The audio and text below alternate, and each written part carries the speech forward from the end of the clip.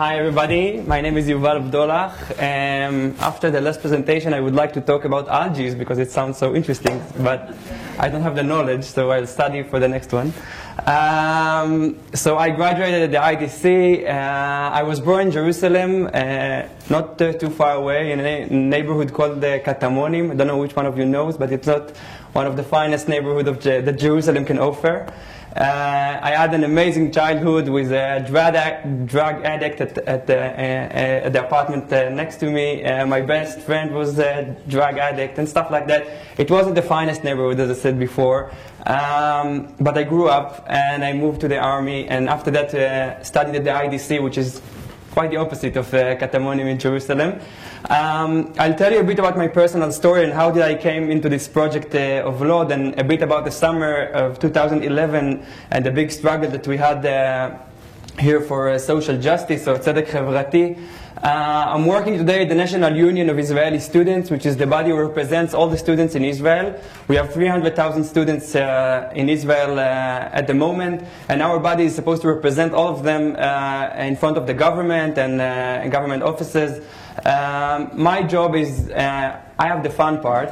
I'm in charge of social activism of students, and I got into the job 4 months before the summer of 2011 and the big struggle that was there. And what I did was I went to every student union in each city, in Kiryat Shmona, to Tel Chai, in Be'er Sheva, and told all of them, listen, one day when the social workers would start demonstrating, would you join although you're studying education? Because it's very important that we'll do it all together. And everybody said, yes, it's amazing, it's a great idea, we the students have to be united, and I was so happy. And then the struggle of social workers started, and then I gave a phone call to every student union and said, okay, do you remember the talk that we had a few months ago about everybody coming together? Yes, but you know, it's the exam period now, and we don't want to send emails to the students because it bothers them.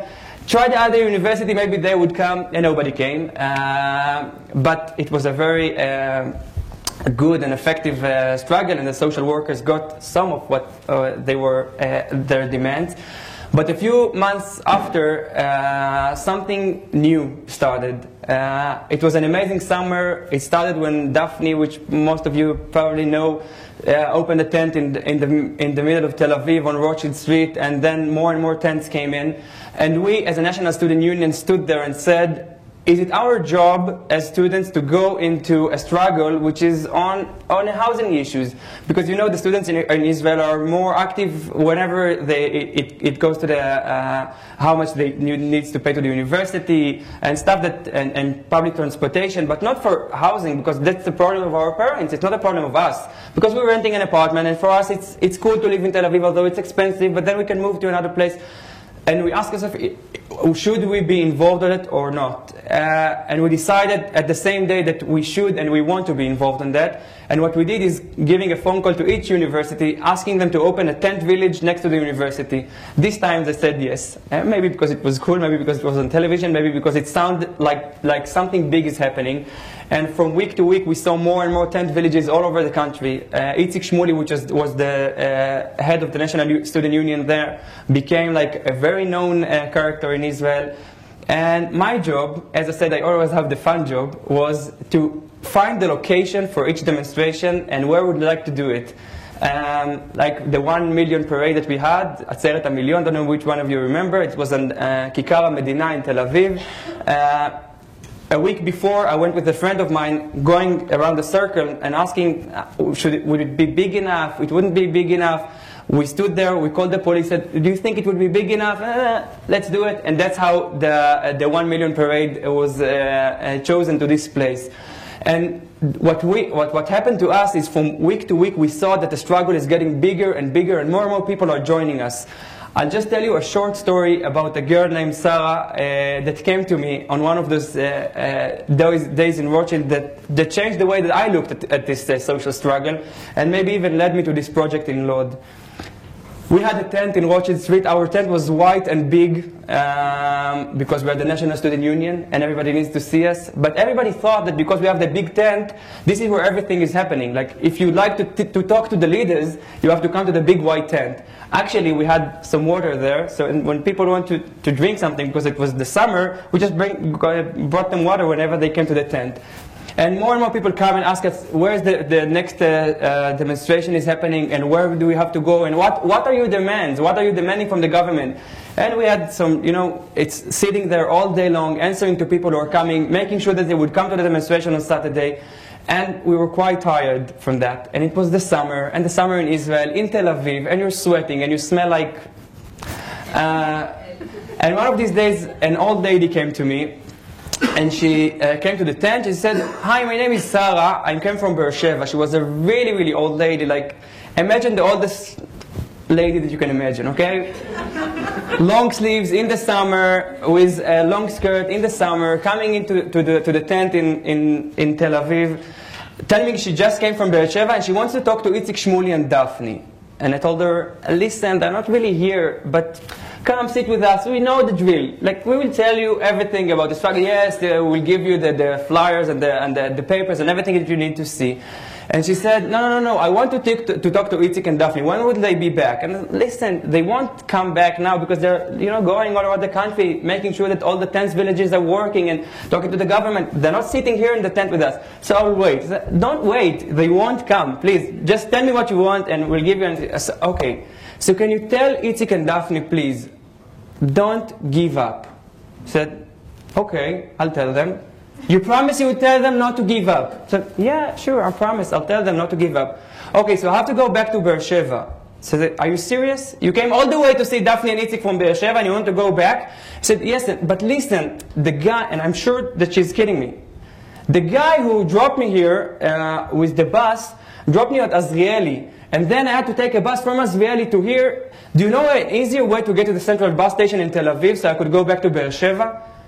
I told her, are you really serious? No, I just have to take my grandkids out of the kindergarten because their mother can't do it today. But you came all the way from Beersheba to tell this to Itzik and Daphne, and you didn't met them, and you trust me to tell them, and that's it? You want to go back home? Let me just give you a ride to the central bus station. She said, no. Just take me to the bus stop. I'll take the bus. It's okay. We escorted her to the bus stop, and she drove all the way to Beersheba, back on the bus. Maybe she was from Tel Aviv, and she was just telling me a story, but for me, it was an amazing story that changed my life. It made me understand that the young people, have to maintain this hope, not only for us, but for other people who expect it from us. And I can tell you about our office. The day after the 1 million parade that we took out all the tents from Tel Aviv, our office was... We had phone calls from all of the people in Israel. People who went to the Social Security and didn't get the money. They got the National Student Union. Can you solve this problem? What are we with Bituach Leumi? It's nothing to do with us. We can't help you. But they felt as if young people can bring hope. And we took this hope and we took this vision that was put on our back, and we decided to open this project in Lod, which I'll present in a few slides.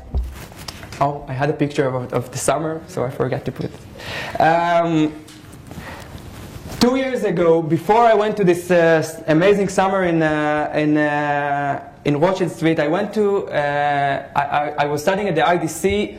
I was there also very active at the student union, and a guy named Aviv Wasserman offered me a tour in Lod.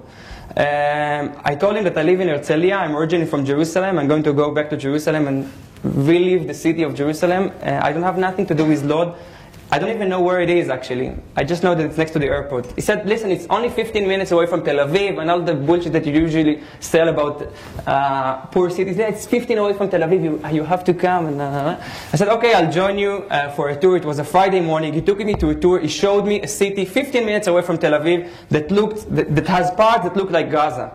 No electricity, no sewers, no roads. Half of the city looks like that. But on the other side of the city, you have a city that you can live in. Something that you can imagine you and your friends living in a very cheap rent. And he told me, listen, would you like to come here with the students from the IDC?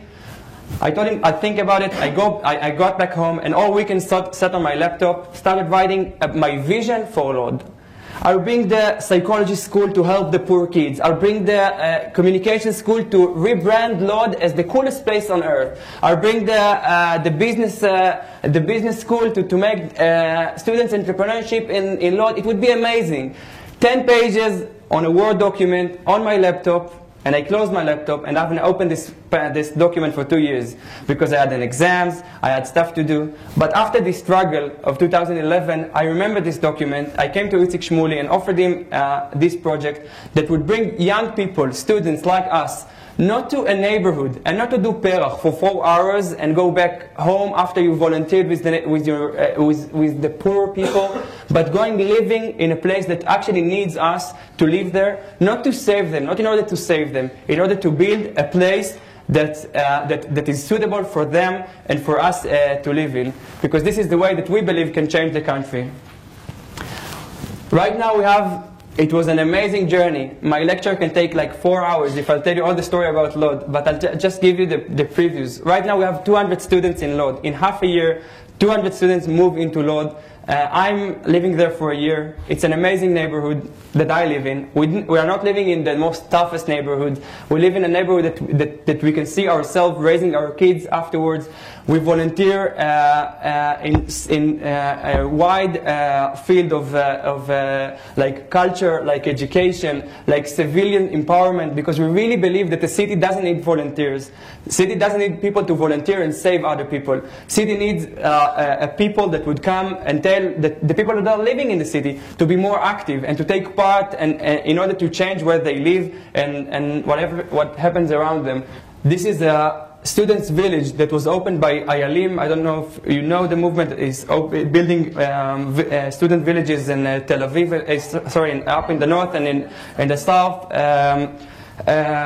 And this is what we decided to do. We wanted the student to live inside the neighborhoods with the community and not in a village that is a bit outside. So we brought the first 30 students to live on these neighborhoods, renting an apartment and living in the city. And look what happened at the beginning of this year.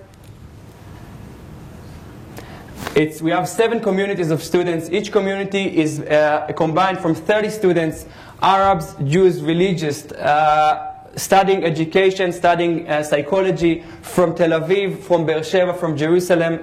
An amazing group of 200 students who decided that their job is to bring the hope back to a city that her name and her title is a city of neglection, is a city of is an unsuccessful city, is a city of drugs and violence, and they want to show the other side, to show that they can work.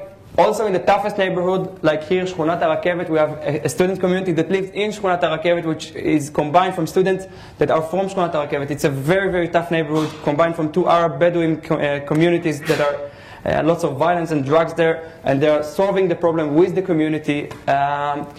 And this is our vision. Our vision is to bring this hope to Lod, and afterwards move to to more and more cities in Israel. We will start in Lod. We'll move to other cities in a year or 2 from now. This is what I do. This is what it's not what I do. It's what an amazing group of 200 students, which are the best students that Israel can offer, that moved into the city, are doing next year.